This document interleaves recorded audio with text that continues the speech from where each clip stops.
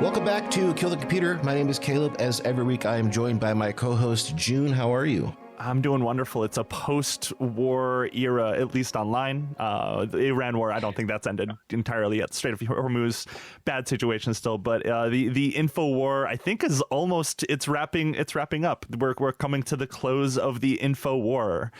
Info is done. No more war on that. So doing great. I'm doing wonderful. Awesome. Yeah. I think I told you guys this a little bit before we started recording. My voice is a little shot from doing Alex Jones impressions last night. I went to a draft party and came home after probably a Modelo or two too many and was doing Alex Jones' voice at my dog. So if I'm croaky, that's why. You get two beers in and it just comes out. Yeah. We are joined by, and also I guess we've never disclosed this on the show, but it's probably worth disclosing. June, you work for The Onion, and we are joined by Ben, the CEO of The Onion. How are you doing, man? Good. And June, fucking get back to work. What are you doing? Yes, sir. I don't worry. I have my laptop right here. I'm grinding. Factory. I'm talking and grinding. Get back into the posting mines right now. Thank you. Yes, no, but yeah, I think disclosed it before at least like once, but a lot of people, I'm always surprised, don't actually realize that it's not a bit like the New York Times bit that I used to do online. It's a real thing. I do work for The Onion, so just just disclosing that up front, just in case. So you're saying if people want to find a job, start lying and say they work at other places and eventually get hired. Yeah. No, that's exactly. Yeah. I was like, we looked through June's resume and June's resume just said 14 years at the New York Times. And we were like, come on board. And we were shocked. It's funny because when I did that with Windex, all that happened to me is I got suspended from Twitter until I agreed to take it out of my bio, which took me a good week before I agreed to do that. I didn't realize big Windex controlled Twitter in those days. That's really fucked up. Windex at the time was keeping an eye on me specifically, we'll just say. The censorship industrial complex is trying to make it so your windows are shiny and bright all the time. Or in my case, that you don't encourage people to drink Windex. See, just put that on a resume. Just screenshot that. Instead of text explaining your work experience, just put the screenshot of that on a resume. Banned by Windex on my resume. I'll get hired right away. Okay, so some stuff has happened. You guys did a thing. We talked about this just a little bit with Morgan the other day. We thought it might be worth it to have you back on to kind of give your perspective on the whole situation, what it was like, the process and everything. I know there's still some probably legal gray areas for things that you can and can't talk about. And if there's stuff that you can't talk about, just let me know, of course. But I guess all those murders, I'm just gonna slide right past those. If possible. Sweep them right under the rug. What was the Tim Heidecker thing? The 20 people from the festivals. We won't talk about those. He really should be in jail for that. I can't believe he got away with that one. Yeah, he should be. I guess let's start off with one question for you, Ben. I guess on the show, one of the things that we do on the highest level is try and examine the structures of the internet. And when you look at Infowars and you look at The Onion, they're very different in the sense of what kinds of information you're trying to disseminate, the style, everything about it. And you guys spent quite a lot of time and resources trying to acquire what many people would consider an extremely toxic asset. So much to the point that even from like an SEO perspective, Google has bonked it from search results. So as a CEO, what's your thinking? Why go after Infowars? Yeah, several things. First of all, it was the right thing to do. When we went to bid on Infowars the first time, it was 9 days after the 2024 election. And we realized very quickly it was going to be us or nobody bidding on this thing. And if nobody else bid on it, then Alex would just get it for like $1 or something, an auction for himself. And it was true. No one else really had bid on it. So we were in an auction with him and we won that auction. Judge got scared, all this stuff. He moved it back down to state court, which was this very long, elaborate, labyrinthine process that is kind of unprecedented, that we've had to navigate together forever. So, I think this lands with different people in different ways, but I mostly did it because I'm on the earth for one time. I think. I'm not sure. I don't really know. Maybe you guys have more information about this. Maybe you are, brother. I'm stuck in the wheel of samsara. Oh, okay. God, well, I'm sorry to hear that, Caleb. Yeah. First of all, that's terrible. Anyways, I'm here for a minute, and I would like to do the right thing when it's available to me, especially when nobody else can step up and do it. I think we were uniquely positioned to do it. But I would say even more importantly than that is that it would be really funny if we pulled this off. It felt like a shot across the bow societally that this could still happen. And like as those 17 months went on, the bit got even more profound, where the media consolidation on the other side was so vast, right? You know, people were, CBS was purchased to be replaced with Whiskey Fridays, and then we had all these other, which is great. But I love Whiskey Fridays. It's amazing. It's especially on CBS. Only time. Yeah, it's an important part of the news. Just a quick aside, Ben. Yeah. I said this to June before, but whoever does your guys' ads, it was the CBS one of the mule getting crushed by the hydraulic press. When I opened my copy and saw that, I laughed embarrassingly loud in public. So kudos. Yeah, it really does show you where we are as a country, where everyone is like, yeah, live mule execution. That's Friday at 7 p.m. Yes. Checks out. Yeah, like somebody sent us a picture of somebody reading that because it's on the back cover. Reading that in like an upstate New York diner. And imagine just walking by that fucking hat. Yeah. That's why we do it, baby. So yeah, like this felt like a big counter to all of the media consolidation going in the other direction. We just want to say, like, good things can and will still happen. And then we had all these ideas, and Tim Heidecker got in touch with us, and he's a pro at this. And, he's been around the office for a week, mostly with his shirt on. June, his shirt was on most of the time. I never saw him shirtless. I think he was shirtless for an interview with CNN. I was not in office that day when he did that. So I don't know if he was walking around afterwards like that. So as far as June knows, 100% shirtless, 100% shirtful Tim Heidecker walking around the office all week. He's just been great. Yeah. We really want to go after this thing. And also, most importantly, like, the Onion goes after this kind of thing. Like when peak like Balloon Boy CNN was going on, we did ONN, the Onion News Network. And when like the real demagoguery of the New York Times was happening, that's how the paper came about. And Clickhole came about through BuzzFeed and like the first round of the viral internet. Now we're in a whole new heaven and earth with like podcasters literally running the country and making shit up all the time in front of everybody. And that's how everybody gets information. Everybody's getting their information like effectively from the guy at the gas station. And like, we have not countered that at the Onion yet. And this was the best way to do it. It's a big splash to do it as well. And, at the end of the day, instead of spending giving $5 million to Facebook to, promote whatever dumbass new, like, knockoff Infowars brand, we could have just given, a few $1 million to families to do the same thing. And, it's a better thing to do with your life and your time. So that's why I went in that direction. I want to get to the families here in a second, because that's obviously very important. But before I do, how does the relationship with Tim Heidecker come about? I'm very curious about that. Yeah, within like hours. I don't know the exact time, but it was like almost immediately. Within hours of us winning that first auction, he was like, "Let me know how I can help. Like, I would really like to do this." And Tim was always in the back of my mind as somebody that we want to work with. He's one of the rare people in the office that has like 100% comedy approval rating. Like the Onion writers room is like really like, they find so few things from professional comedians funny, and they find him really, really funny because they see where he's going. So I wanted to like, make a few people's dreams come true and get him in the office at least. And then he's just been so awesome about it. But like, he also, he has this 14-hour-long fake Joe Rogan interview where every time they come up to a point, Tim and Rajat and Jeremy, who are great comedians, every time they come up to like saying something important, they just immediately change the topic. So it's 14 hours long of just complete fucking nothingness. It's just like a perfect YouTube video. But he's been correctly going after these people. And I think like one of the bits of agita after we got it the first time was like, how do we do something that Tim hasn't done already? And the response to that was just like, we just hire him. Like that was a much better response for it. So he's been like working with our staff on great stuff. They've been doing fake Infowars style ads, like learn to float and turn your gold into piss and turn your piss into golds. Those kinds of things.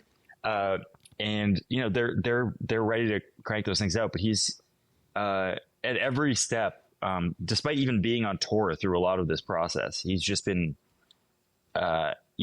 creating this grand vision for this thing, and I can't wait to show it off to people in I don't know, less than a week, hopefully. Knock on wood. Something we touch on this show, I feel like more and more, especially in the Trump era, is like how the right especially has recently really tried to capture all information and flow of information, especially with the Ellisons doing all of their circle jerk deals with the Trump family and all of these fucking people, Barry Weiss, all of them. And it's like, was when you first even had an inkling of the idea that Infowars was going to be something like your target, did you conceive of that as a form of information control, where it's to turn off the faucet of at least Infowars as the brand? Sadly, I don't think Alex Jones will ever be able to be fully deplatformed. I think that is the sad reality of all of this. But Infowars being taken down is a pretty large faucet being completely repurposed. Is that sort of do you think that's a win even ultimately at the front? Yeah. And that's why his whole, they're taking away my voice and they're using me as a skin suit and all that stuff. This shit that he said. That's just not true. We're not taking away his voice. We're taking an asset that he lost that he used exclusively to harass people who got murdered, or the families of people who got murdered. And it didn't just stop there. June, this, and June saw me walking around the office after Renee Good was killed. I was so fucking angry for a week. I wasn't even I was fucking disconsolate. I was insane. Mm-hmm. And I turned on Infowars, and he had said that he had fucking Kyle Rittenhouse on, which June was your neighbor for 10 minutes, and then he I was at some of those protests to get out of town. Yeah.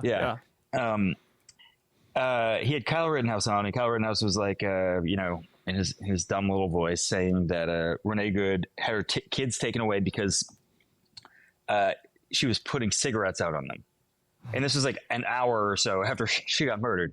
And I was like, this motherfucker is just going to keep doing this. He's going to keep selling methylene brown or whatever it's called on his website on the backs of every dead person in America. We have this disease of gun violence, and we have this disease of random mass killing, especially of minorities and people celebrating the deaths of these people. And he's just going to keep going. And I just didn't want that to happen anymore. And what we are taking away is his ability to do that with his current stuff. And in the process, we're able to show off who he really is. Because I think the weird gift of this week, June, which I didn't anticipate, is that his response to this has been revealing of how and what his sources are, which is just he saw something on Google image search. Somebody showed him half of a Tim Heidecker episode once. Yeah. Today, Alex posted a picture of Tim's mugshot from when he, killed those 19 people at a music festival with defective Chinese vapes. And he was like, this is his real actual mugshot. And everyone in the internet was his fans were like, dude, is this where you've been getting this information this whole time? And it's starting to click a little bit with some people. And I think that is 100% true, but I think it's something that I've been thinking about a lot recently, and for a long time, but more so again recently since it's been very relevant. That it's he certainly knows that he's that's engagement not real for sure, right? He is. It's trying to distill this down to his audience to fool them because he knows that they're the rubes. He's trying to get them on board and sell them something, right?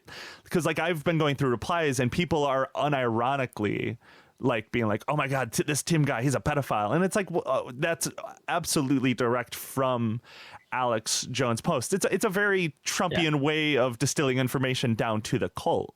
And it's I do think Alex Jones is at least aware enough to know that he is doing that. Do you think so too? Because I think he is. I think he's stupid. I think he's evil. I think he is not a real vampire demon, but a metaphorical one. But I think he sort of on a level knows that he is engaging in information warfare. He is trying to fool his audience into being soldiers for him. he absolutely knows how to play the hits and stuff like that. Yeah. I always say that he is sort of like, he's smart in the way like an abusive husband is quite quote unquote smart. Like he knows how to keep the person in the house so he can keep yelling at them. But he doesn't know how to do anything else. Like if you put him on Jeopardy, he would like shit his pants and die. I don't really know. Like he's not smart in any real way. So like it is actually a mystery to me if he knows about this. Like when we first bought it, the funniest part about that day was that he had no idea what the Onion was. Did you remember that? But like he had never heard of the Onion. He like his media ecosystem is just so divorced from everybody else's on planet Earth. It's just crazy. Didn't he think Bryce Tetrader was real at first? He was like the CEO Bryce. I remember that. That was good. So like it wouldn't be shocking to me if he really did think that, you know, that was Tim's actual mugshot, because like he really just does not participate in the same society that we do. He's not part of it. That said, that actually doesn't matter, because what matters is he will take anything that he can find to call a person a pedophile or a crisis actor or whatever the 5 notes he knows how to play, to make it so he is the victim and he is, you know, secretly the person that you should be rooting for. So that's the gist of it. There is a political philosopher that we've talked about quite a bit on the show, Achille Mbembe, and he has this concept called... They're going to talk about Jordan Peterson. Yeah. friend of the pod. Can't wait to get him on. Once he gets out of his cider coma, we're going to have him back. Yeah, that sounds good. Yeah, he might like die or something. Have you made your bed today? It's the most important thing in the world. Just... Good thing he's not on today, because my bed is not made at the moment. He would rail into me on that one. Achille Mbembe has this concept called zombification, and it's used for political frameworks, but you can use that framework for everything. And the essential idea is, like, you reanimate the thing that you seek to destroy by engaging with it. How would you feel if somebody applied that to you keeping the Onion, keeping the Infowars brand going under that name? Yeah, I think there's a way to revolution. We've been at this shit for 12 years, basically, of just like letting the American far right run roughshod on society. And there has been no direct offense in any way in the opposite direction. This is direct offense. Like it's been a really hard 17 months. Like I take a lot of courage from, you know, my partner's Kat Abagzale, who's like the bravest person like in American history. Like she's just so fucking tough. And like, you know, when we first got it and it didn't work out because of this judge who got spooked and got afraid, and all these other people got spooked and afraid and didn't want to move the ball forward on this, and really forgot that their job is to get these families, you know, the $1.4 billion they were owed. I was like, I'm just not going to let it go. Like I just didn't want to let it go. And in that process, I realized like, actually nobody has been on offense. Everybody's just been reactive. Everybody's just been like getting punched in the face and saying, oh no, stop it. And like, that is not a way to have any sustainable political movement or any sustainable like culture. There's been no like cultural punchback. Big part of why we're doing this too is just like in Hollywood, like, all these comedy writers lost their jobs during either the pandemic or the fires or like after the writer's strike or something. They came back and some of them got jobs and their pay was half what it was before. And every show they were on had to have a racial slur in it all of a sudden, or like, you know, you had to like strike oil. Like every show was you know, coded differently, and it had nothing to do with the world that I inhabited my entire life. I've been alive for 38 years and I haven't seen like this like incredibly forced cultural reset in front of my eyes. Thankfully it didn't take, like that was a clear thing. Right. Like we're not like we were walking around and like Target was playing exclusively country music for like 18 months and now that's over. So that's cool. But like there was no like retributive, like actually no, the way that it was where we had a pluralistic society and people were making fun of stuff within that. No, there's no defense of that. And to be real with you, I want to make sure that we gave people space to do that. So like that required a lot of legal machinations. I look like 50 years older than I did at the start of this process. I lost a lot of trust and non-white hair. So it's just like but it was worth it at the end, because like that's what fights are. And like it's an info war. At the end of the day, it's a great name for what's actually going on. And motherfucker, we won it. Knock on wood, by the way. I sailed it a couple days ago. But yeah. What there's another hearing at the end of this month. What's the timeline like? Yeah. It's April 30th. It goes in front of a Texas state court judge instead of a federal judge. And we feel good about it for a lot of reasons. But basically, it's a much lower legal barrier to meet. This is just what the deal is. Alex was trying to ride this out. He's been obviously hiding his assets and putting them in all these other weird places and like his shell companies, and he looks better and richer than he's ever looked or whatever. But he had a strategy to ride this out to make it so Free Speech Systems, which is also known as Infowars, would lose all of its money, and then the receiver, the guy who's appointed by the state to sell all of these assets, would have to declare that these assets had no value. And at that point, all of those assets get abandoned to the landlord. And if they get abandoned to the landlord, Alex can just go to the landlord and say, I'll give you $20 for $5 million worth of equipment. So what we're doing here by leasing this thing until this guy is allowed to sell it, the receivers are allowed to sell this stuff. When would that be? When would that sale happen officially? Here's even more. Yeah. Yes. No. Yeah. The more of the legal fuckery that's abound in this whole situation that suits Alex better than anybody else. There was an emergency stay to appoint this receiver. So like a stay is a thing that like prevents more things from happening. To appoint this receiver back in August. Usually emergency stays are things that are meant to be like, it stops an action from taking place in court for like a few days, usually a couple days or a couple weeks. This has been going on since what's August is, it's almost May. So that's 9 months. So something's going on there. No one knows what it is. Everyone's been writing letters to the court trying to figure out what's going on there, but it's just like, we don't know. Nobody has any idea. It's like, so in that process, he has this thing has been bled dry in an effort to get rid of the value of the asset. So if we didn't step in with this leasing concept, which was kind of a shot in the dark, basically, it would have, it would have been an expressway for Alex getting all of his stuff back and not actually having to pay these families. So we just got in the way there. Now, the next process here is like, we have to get this lease through. So like the only reason we're leasing it instead of buying it because this receiver doesn't think he can legally sell it while this stay is in place, but he can obviously lease it because his job is two things: do what the creditors want, which is the families. Sorry about all this bankruptcy bullshit, by the way. This is so fucking boring. I think it's really important to very important have people, because like for me, I mean I've been slowly becoming more aware of this, and I think it's like really important to understand like the mechanisms behind like why it's happening the way it is.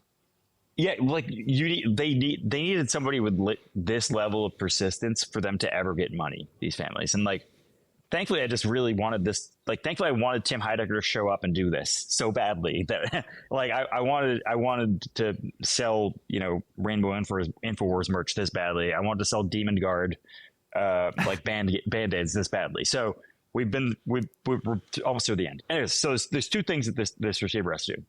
Like I said, he has to keep the value of the asset up, and he has to, which they can only really do is if somebody is leasing it and still operating the thing. So Alex obviously will not be part of any of this stuff. All those people are getting kicked out. The second that happens, the website's going to go to us. We're going to operate it as if we were, the way that we want to run Infowars. And then he has to, do basically what's best for the creditors.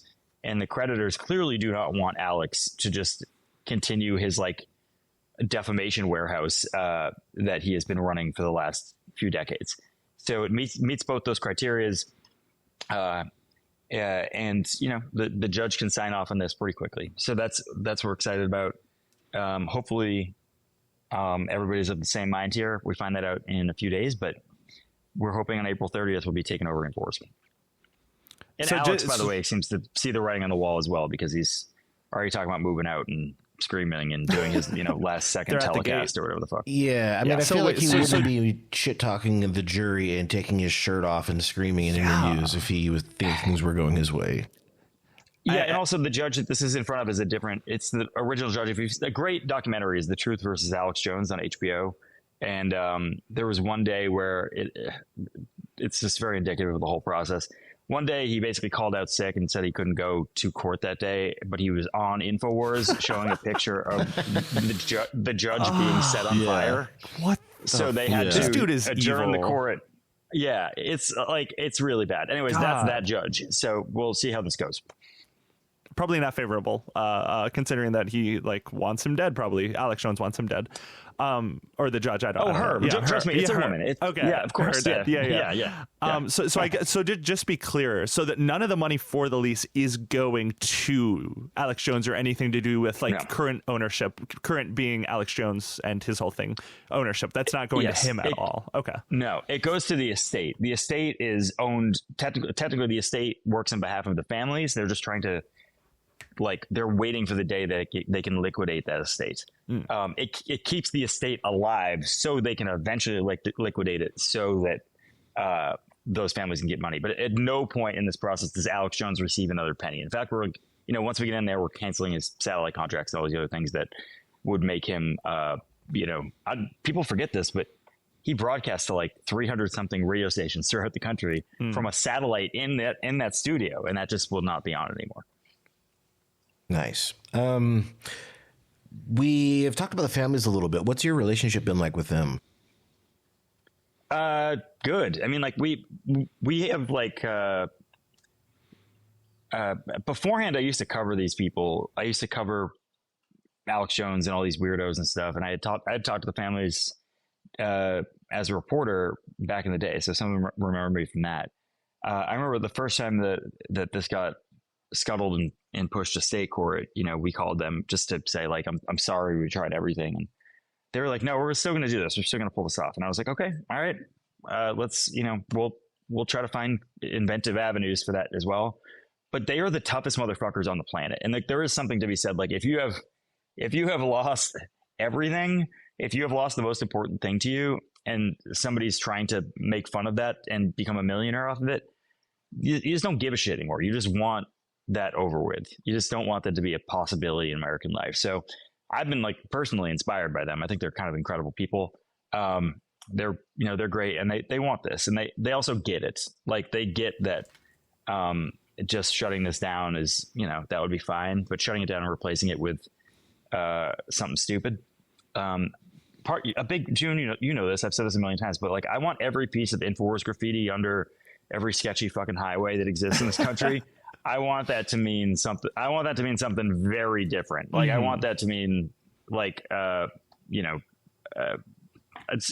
there's so many things it can mean that I will say after this trial, and I want that to mean those things. I mean, I've sort of been thinking about it in a way where this current Trump administration, for most of it, still actively, they have been erasing on government websites, in parks, in memorials, erasing trans people, gay people, lesbian, bisexual people, erasing even black people in certain state parks and stuff. That is an attempt to invert what people's historic memories of these things are. This is it's rude and it's mean and it's evil to do this stuff, but they're thinking long term. They're thinking if we can control this countercultural narrative against what slavery meant for in the United States, they can invert it on its head and completely invert culture in that way, political culture downstream from the top. That's a very powerful thing, and they know that's why they're doing it like that, because they know that they can sort of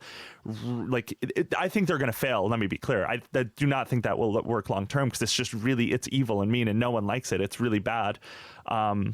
But I mean, this is sort of a lower level form of that, is what I'm thinking, where it's it's not, you're not erasing trans people, but you're trying to erase at least the former impact of Infowars in that way, from sort of a top down level. Of course, there's been no proactive defense of empathy and decency and all the progress we've made as human beings to hear each other out and let people live individual lives. Because to me, I want to do like a John Ossoff style stump speech now. You guys ready? Here we go. Here we go. Like, I don't know. I think freedom is like being allowed to be who you are exactly and hang out with who you want to hang out with and not have people fuck around with that all day long. Right. Freedom to me is not being able to monetize the stripping of people's rights and dignity and you know, in life and in death. Mm-hmm. That's not what freedom is to me. And I just think I had those years too where I tried to hear them out. You know, I got started on this beat because my girlfriend's friend was shot and killed on live TV, and like it was live streamed on Facebook. And I talked to the people who were coming up with conspiracy theories on that.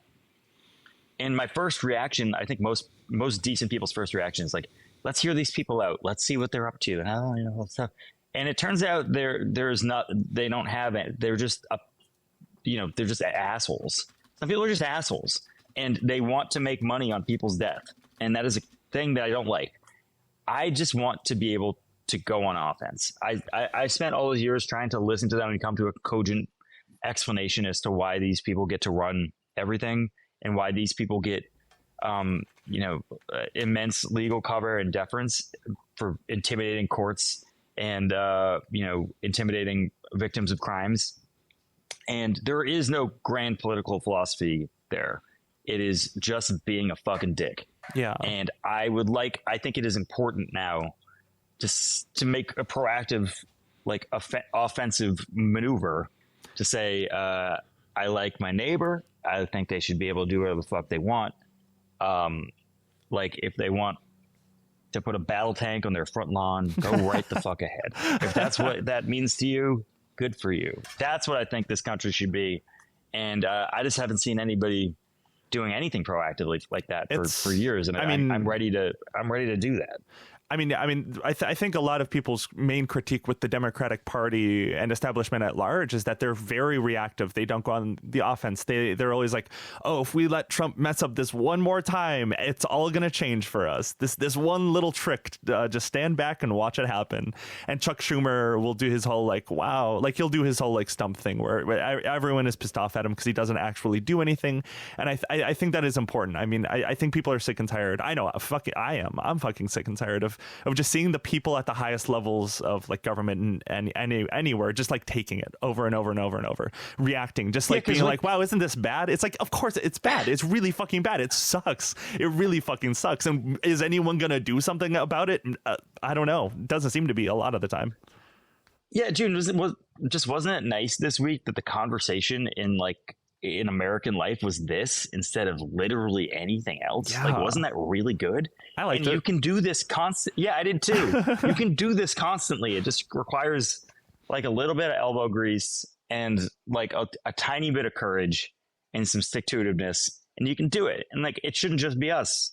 It's fucked up. Why is the Onion in charge of this? What the fuck? Like, we write stupid headlines and we go and we have we have a little fridge with pickles and cheese in it, and then we eat that, and then we go home. You're downplaying it, Ben. I saw Tim's video. You guys have kombucha on tap.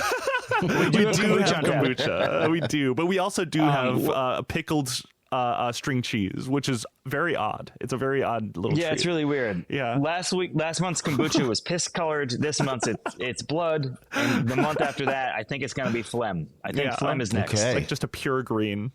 The seasonal green phlegm. But do you guys want a celebrity guest? Kat Abou-Ghazali, get over here. Come on. Hey, Kat.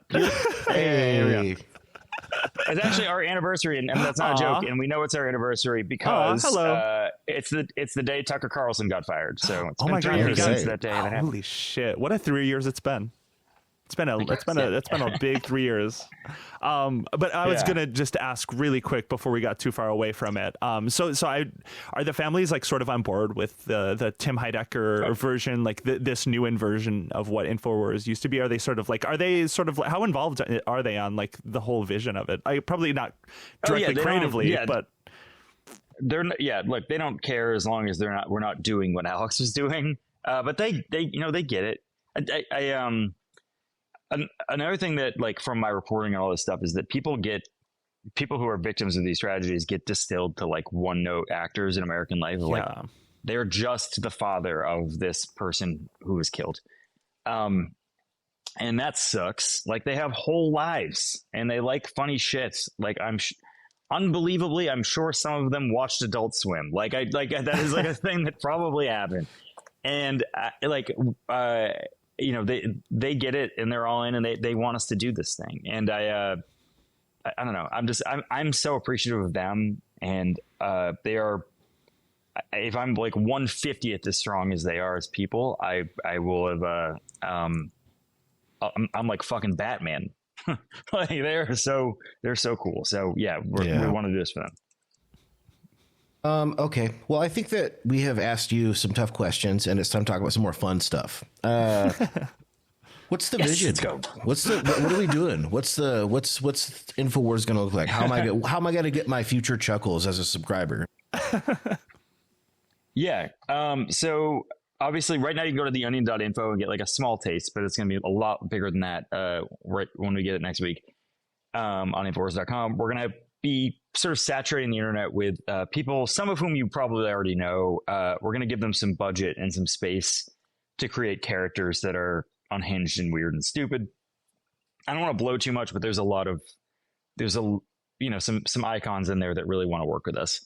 Down the line, that might necessitate us like turning those into mockumentaries or full on series or things like that. But we're going to let these characters breathe and see what they command. But we want to confuse you in your Instagram account for a few months first. That's a very important thing to us. And like, what we realize is that there is actual appetite for not just Infowars merch, but Infowars products. And we are going to be making a bunch of things that will heal all of your problems from mouth to ass. Like, all of the problems that you have. Nothing maybe below ass though. We can't fix any leg issues. Ghosts pissing on you in your sleep. Maybe something about that one. Who knows? So you guys are going into supplement business. Honestly, maybe like we have a lot of maybe not literal supplements, but we're going to go into consumables. I think. Okay. We're already on the phone with some people about that. Yep. Nice. Yeah. I think I can tell you this. I don't know if we're breaking anything, but we are making Demon Guard, which is 24 protection against all unholy things. Are they cross-shaped Band-Aids? Really? Maybe that might be what they are, but they will work. You will not be accosted by a demon once while wearing these. It's like a cross-shaped nicotine patch almost. I like that. I'll be wearing mine. Yeah. Yeah, the shock to us this week is the demand for products that aren't real. So we're trying to navigate that as a business. But yeah, like mostly we want to create characters that can that you will see that will confuse your grandmother but delight you personally. So it's like at first it's going to be like maybe this, it sort of looks like normal Infowars, but then like in a couple of months it will be sort of like look nothing like this current era of Infowars that we're in under Alex Jones. Like, it will be unrecognizable in a sense. I would like, of course, still sell like riffing off of maybe like fake shit, because I mean, yes, it's fun, very funny, but like it won't be like this is like an Alex Jones thing. It won't look like that. As you know, as Tim astutely said, he said this from the word go, and he was correct about this. Alex Jones doing some sort of Alex Jones parody for an extended period of time would get super fucking boring. It's super one note. He just plays the same 5 notes over and over again, and like they can be funny notes to parody and build on, but like it really has like a 3 or 4 month shelf life. So we will be going there, but like we want to build bigger worlds than that. And right now there's not a place really on the internet that does that. Dropout does it really well, but they're improv and we're not improv. So like we don't, that's basically it. And every other television show like every sitcom that exists right now is pure ass. Like there's like 2 good shows. What was that one like that you showed me, Dr. Universe, or what was that? The boat one, the boat doctor? Who was that one? But that wasn't even I really hope you guys can clip this up for your people. So Dr. Odyssey, that's what it was. The issue was It is not. It is not a sitcom. I think it got canceled. It was an extremely high budget, like Grey's Anatomy style concierge doctor on a Carnival cruise ship. The funniest thing I saw on television in the last 10 years came from that show, where they had this insanely like long, like the whole arc of this episode was, it's sort of like Law and Order, where they very subtly, like very slowly, 10 seconds at the end of the show, they advance character arcs, but it's mostly all bottle episodes. So this episode was about a guy who killed himself on the cruise ship. And so like 95% of the show is about that, and how sad it is, and have to do a funeral on the cruise ship, and how they have to go back and try to grab the body out of the ocean and all this shit. But then at the end of the show, there is like the three main characters have like a male female threesome, like pretty vividly on Fox. And then so they're just like diving into it, and Dr. Odyssey himself is the guy who is like having his most reservations about it, and he finally just gives in he just jumps on in. And then time to fuck. Yeah. And then since it's Fox, because they can't show the fucking, they fade to black, and it comes up and it says, if you are having thoughts of self-harm, like that's and if you were to just turn on TV right then, you would be like, wait, so is this about me not being able to get a threesome? Yeah, it's like it's the guy who finishes first and has to watch the girl he likes fuck the other guy. He's no longer into it. Yeah.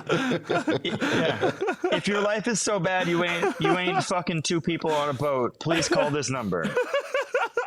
That's so awesome, dude. No, that killed me when I first saw that.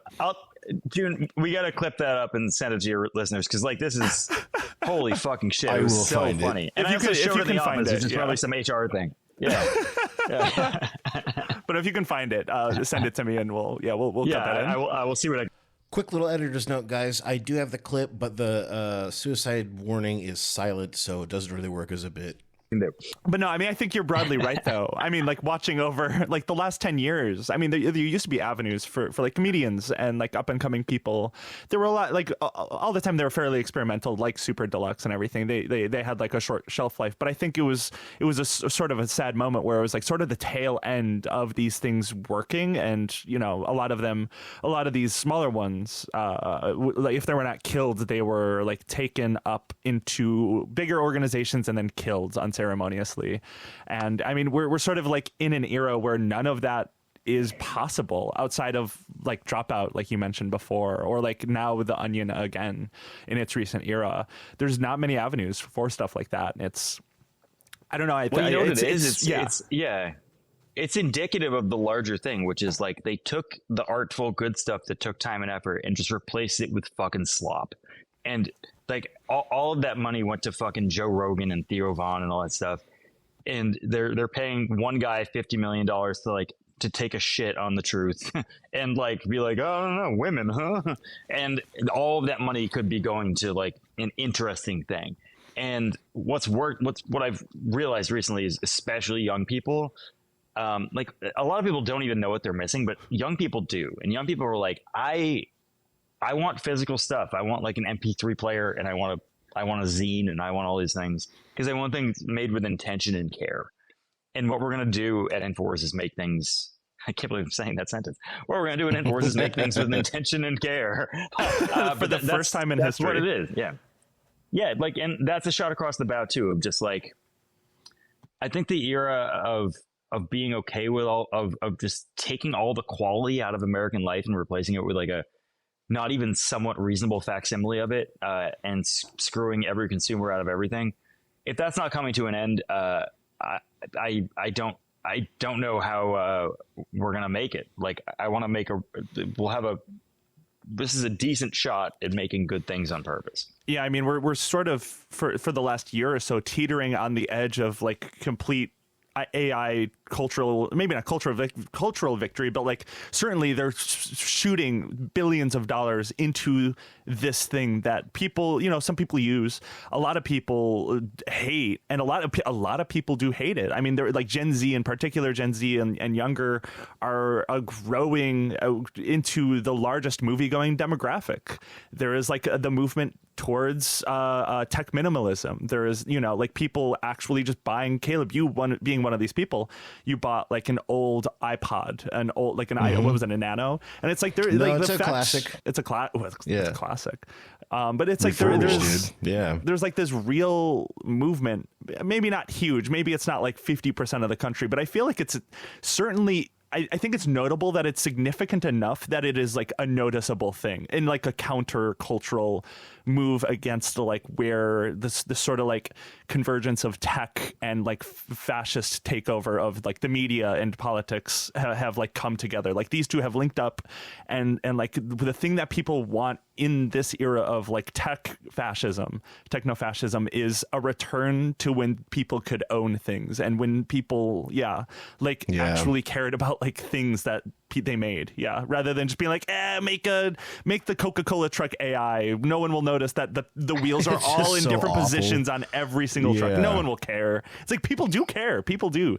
Like it's stupid because it's an advertisement, but it's like even the fact that you're trying to sell shit to people and you don't even care about it. That's what's super insulting about stuff like that. You don't even care enough about it. Yeah, and I also part of it is this grand experiment by like the techno-fascist right of just like they think that if they can shove enough shit down your throat with just the sheer force of cash, that culture will come from it. But we all know that politics is downwind of culture and not the other way around. This is the way it is. And I think why they're so upset and why a lot of these people are kind of crashing out a little bit in general is that they really did think that they would have this big cultural reset where people would just accept this stuff. Yeah. That, they would be amazed that a computer can make something that kind of looks like the Matrix vaguely. But they don't understand things like plots. They don't understand basic things like the reason we watch stuff and do things. So they are trying to reinvent something, but they're trying to make risotto with no ingredients, with just the stove. Well, and they don't get it. Yeah. That's kind of a common theme on this show is just that like conservatives don't understand because they don't value it, like art and humanities, things like that. Most tech CEOs, like, I would maybe argue that like Alex Karp does have a background in this stuff, and that's what makes him a little bit more dangerous. But like, if you think about a guy like Larry Ellison, he's just I don't know. He doesn't understand any of this. And if you exit Larry Ellison's haunted house, your life improves drastically. I have my crappy little iPod Classic, and I have been reading books, and physical ones, or I got the little e-reader thing that I was telling you about, my flip phone and whatever. And my life is so much better. I'm not getting banned on TikTok because it continuously shows me some like racist Republican guy playing with a knife, and I'm like, get out of here! Why are you on my feed? Why I have to see this? That's not my life anymore. You get punished for it, and I get punished. What a fucking crazy world! My 7th TikTok account. I do think that like what you're saying is, and I know I sound nuts for repeating this ad nauseum to people. It's just like the Republicans get X.com, they get the CBS Nightly News, they get TikTok. They get whatever they can buy, and then we get everything else. We get the outside world. We get talking to people in person. We get music, football, and I guess too. Concerts. And we got football. We got Catholicism for some reason. I didn't even ask for that. That just came. It's like when you order something like in in a Chewy box, and they just accidentally give you more cat food. 11th chicken nugget in the McDonald's box. Yeah. We got the onion ring that is Catholicism. So like it's kind of, if you really take a step back and look at this and you delineate this line by line, like we got all the cool shit. Like when I was growing up, we didn't have the outside world. We didn't have ATVs like on the left. Now we get like, we got Jackass out of this. How the fuck did that happen? Pretty cool. I'll take it. Dude, I never thought I would grow up in a world where like we have like the woke NFL. Yeah, exactly. That's a big part of my career is like a cultural analysis of the NFL. A dweeb like me, that would not have been possible 15 years ago. I'm saying there are things to look forward to. Yeah. We 100% got pro wrestling. What the fuck? That's crazy. That is pretty sick. So I think like a part of this conversation, you know, a lot of this, I think initially started off like a shot in the dark, and it sort of worked out. What I think, like, what do you hope will come from this? Not just internally, but like culturally, more broadly. Like what do you? I guess what do you envision for the future of not just yourself, but what this maybe could represent? The future of myself, I envision 2 naps. Hopefully, you're a day by day person. Afternoon after this fucking week. Yeah, exactly. Yeah. No, but like culture, I want people to take these risks, and I want. What I would like rich people to understand is that like you can, if you do good things and not just like get in line at the AI trough, like the world is going to support you, and like there should be funding for this sort of thing. Like we did this effectively with none, right? We just kind of like these are big shots in the dark, and we made it work. But like, imagine if we had done this at like massive scale. Imagine if a rich guy came to the same conclusion, and like they didn't. I want people to understand like doing big good things is good for your business. It's good for your health. It's good for your life. And other than Caleb, we only live once. And if we only live once, we got to do really cool shit with this. Like I don't know. We'll have this conversation again, like, Ben. Trust me. In another life. Exactly. Yeah. In his Caleb's new podcast, I live forever and no one else does. Yeah, I know. I've just seen like so many people get like not like a bunch of people getting like cancer and stuff that are my age and all these other things. I'm just like, you know, and it's not. It doesn't seem like things are getting healthier out there with the people we have in charge. We could be swept away in a fucking flood. A lot of bad things going on out there. If I croak and I didn't try to do a big thing, what a nightmare. And I hope other people do that as well. Just like find somebody who needs help and help them out. And the money will come along with it, I'm sure. Awesome. Okay, we're getting towards the end of this. Just as a complete non sequitur, what is like one thing just in general that you're looking forward to aside from all this for the Onion? What is maybe like a peacetime Onion? What would that look like instead of a wartime Onion? What does a peacetime Onion look like? Many things. First of all, we are looking to expand on the Sickos guy in a way. You guys know the Sickos guy, of course. Yes guy.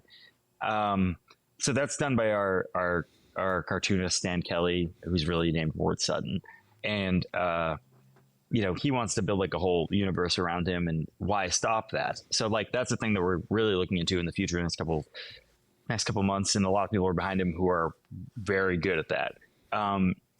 The news I'm like really looking forward to we're doing a celebration of America around July 4th for the 250th anniversary of this beautiful nation that has never done anything wrong.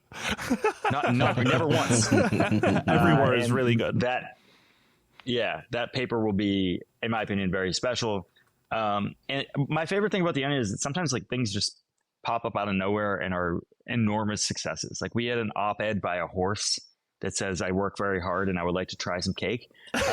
And that went so viral that people at farms throughout the country were feeding their horses cake because they felt bad for the fictional horse that they made. So like, what I love about the Onion is that we stumble upon something in people's imagination that we were allowed to just like sort of lean into and go hard with. Also, our ONN, like the Onion News Network, is doing better than ever. We're doing more daily hits with that sort of thing. The paper and the site are just cooking.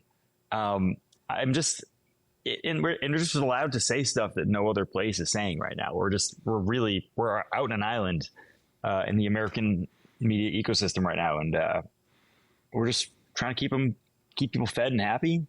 I don't know. I love working at this place.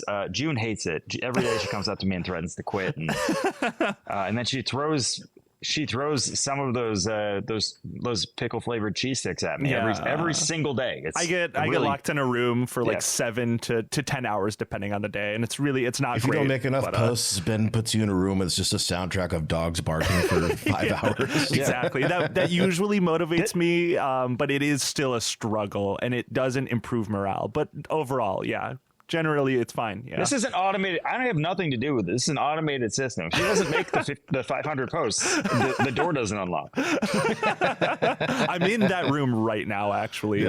Sort of peek behind the curtain here. I'm still in there. Yeah. You're in the dog room. Yeah. Dude, you're in control of your own destiny. I would get to posting. So I guess what if Infowars, like what becomes Infowars? What if it doesn't quite catch the moment? What if it's like, it's really funny. Everything's really funny, but it doesn't, because I think ultimately doesn't it need to help fund the families? Like at the end of the day, isn't that the ultimate goal with Infowars? Like, what if it doesn't? Is there like a contingency plan? Is there any thoughts about that? Also, what's weird is that the families don't care about the money. Like, just to be real with you, they don't care. But we are giving them a lump sum up front when we're able to buy it. Like, that's why we're so desperate to buy it, not just lease it. That's the case with the merch stuff. They'll get a cut of it for whatever thing. They don't care about it, but like I do. So I want to make it work. Totally. Look, we're gonna evolve this thing and kind of go with the tides. The one thing with Infowars that I think is most important is that we can get a little weird with it. And there is this massively underserved comedy community out there that we want to tap in LA and New York and all these other places, in Chicago especially, and not Austin. No, I'm just kidding. Maybe there's probably some Joe Rogan's got that place covered. Those poor people. Joe Rogan, the mothership's got it covered. Exactly. They don't need any help down there. Yeah, we're not going to be precious about the stuff that makes us money, because we're selling fake demon patches, June. Like, so I think we'll find a way. And and most importantly, like I'm looking to make some really weird stuff and see when we're going to do some stuff that doesn't work and some stuff that does. We're going to try some characters that might be a little bit too ahead of their time, and that's fine.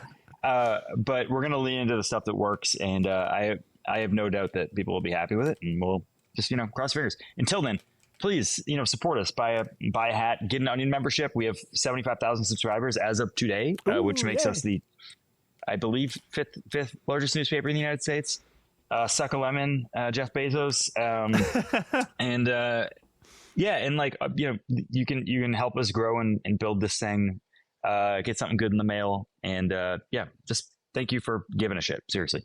Ben, thank you so much, man. I really, really appreciate it. And quick shout out. Just also, there's a lot of other people that have worked really hard to this sort of Sisyphean task of bringing this guy to justice. Mark Bankston and Morgan, we had on lots of lawyers, lots of other people that are really kind of behind the scenes who don't really get their shouts out. There's a lot of people that work really hard on this. And I hope that everybody who gives a shit about this is feeling at least maybe a little bit better about the possibility of things being good. Yeah, I completely agree with you.